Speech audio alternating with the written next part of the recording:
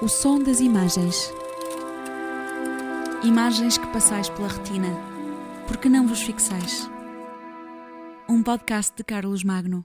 As primeiras páginas em papel voltam a ser notícia porque alguns dos grandes jornais do mundo decidiram regressar à sua imagem clássica para falar dos modernos tempos de cólera. É o caso do New York Times, do passado sábado, cuja primeira página ficará na história desta pandemia simplesmente porque apostou no grafismo de colunas sem títulos, só com nomes de cada um dos milhares de mortos vítimas do Covid-19 nos Estados Unidos.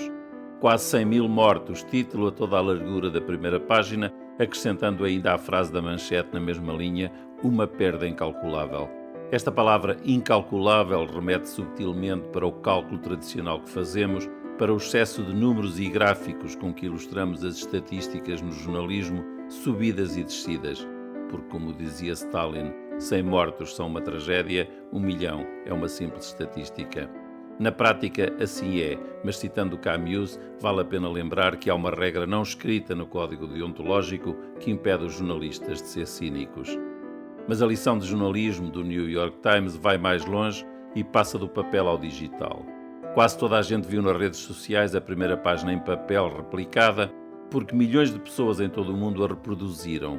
Mas quem quiser ver a chamada primeira página digital do mesmo dia 23 de maio do New York Times, vai ter uma surpresa ainda maior, porque além dos nomes de cada um dos mortos, o New York Times tem o espaço que no digital é ilimitado para escrever uma curta biografia, curtíssima às vezes, de cada uma das vítimas americanas. E saem-nos frases como esta: Fulano X sobreviveu a um cancro e morreu de Covid. Senhor I era cirurgião e especialista em separar gêmeos siameses. Mr. Z, veterano do Vietnã. Senhor B era um conductor, maestro e tinha um ouvido excepcional. Senhora L era uma enfermeira e estava a planear a reforma. Senhora M, life of the party, qualquer coisa como rainha da festa. E outro senhor, o Senhor N, tinha um sorriso maravilhoso, ou o Sr. C, que era dono de uma gargalhada fabulosa. E só mais um exemplo, Mr. Angelo Piro, de 87 anos, de New York City, era conhecido entre os seus amigos por cantar músicas do Tony Bennett. Assim mesmo, simples mas humano. Os nomes movem-se no ecrã em formato digital, pequenos símbolos de pessoas em simpáticos bonequinhos que parecem caminhar pelo digital como se tivessem passado para outra dimensão, onde continuam, aliás, a ser marido e pai virtuoso, trompetista de jazz, ou como a senhora Regina D. Cullen, de 81 anos, de Screwsbury, Massachusetts, small in stature, but strong in spirit. O Chico Buarque tem uma canção que diz que a dor da gente não vem nos jornais. Mas aqui está o New York Times a fazer a exceção, enquanto os jornais brasileiros continuam desorientados com o Bolsonaro que elegeram, mesmo ou sobretudo os jornais da oposição, ao presidente, cujo comportamento parece vir a desaguar em novo impeachment e a imprensa brasileira não sabe como fazer. Mas a notícia no Brasil é uma primeira página falsa, sim, falsa de F de fake, como diria Orson Welles, porque apareceu um falso número da Folha de São Paulo com uma fotografia de Bolsonaro ornamentado com a faixa presidencial e o título "O maior presidente da história do Brasil", assim mesmo. Ao meio da página, e em letras mais pequenas, a explicação que transcrevo. Abre aspas, como se diz no Brasil. Em reunião, Bolsonaro afirmou que quem fosse elogiado pela Folha ou pelo Globo perderia o cargo. Fecha aspas. E a primeira página da Folha acrescenta: só estamos testando um negócio aqui. Pois é, bonito, mas falso. Esta primeira página da Folha é falsa e serviu apenas para se multiplicar pelas redes sociais. Virilizou.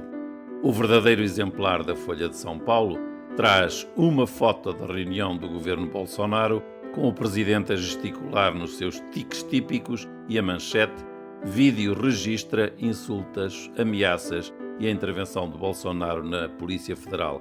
Intervenção aqui significa interferência. Em letras mais pequenas, como se fosse a legenda da foto da primeira página, a Folha de São Paulo escreve que o juiz Celso do Supremo Federal levantou o sigilo da reunião do Conselho de Ministros, que tem 37 palavrões. Toda a gente viu já esse vídeo ou pode ainda ver no YouTube, mas a verdade é que a primeira página falsa da Folha de São Paulo teve muito mais cliques e consultas do que a verdadeira. E como este podcast já vai longo, limito-me hoje a dar mais 2 ou 3 destaques da imprensa brasileira, onde as revistas continuam a fazer capas bastante criativas. Na Isto É, por exemplo, uma bandeira negra em vez do verde e amarelo tradicionais com as cores do Brasil e com o globo no losango, onde em vez da ordem e progresso está escrito Vírus em Progresso. Pergunta à revista Isto É que país é este, e a sua concorrente Veja escreve, colocando uma imagem de crianças protegidas dentro de uma campânula de vidro, ninguém está imune. Mais direto, o velho jornal Correio Brasiliense faz a montagem de um saco de sangue em forma de mapa do Brasil, suspenso daqueles suportes verticais onde se colocam o soro e outras substâncias vitais para quem está numa cama de hospital. Título do Correio Brasiliense, mais um número simples que ilustra a tal imagem da reserva de sangue, essa sem dúvida mais simbólica nestes tempos de pandemia. 1179 mortos em 24 horas.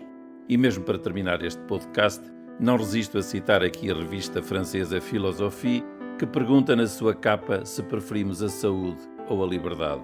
Sublinho que a Philosophie já não coloca o problema no binómio segurança/liberdade, mas sim na santé, a saúde ou a liberdade.